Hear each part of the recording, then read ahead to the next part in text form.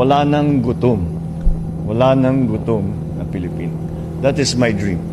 No hungry Filipino.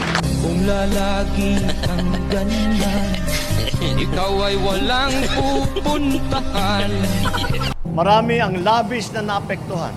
Natuyo ang mga pananim, maging ang pag-asa para sa mas masaganang ani.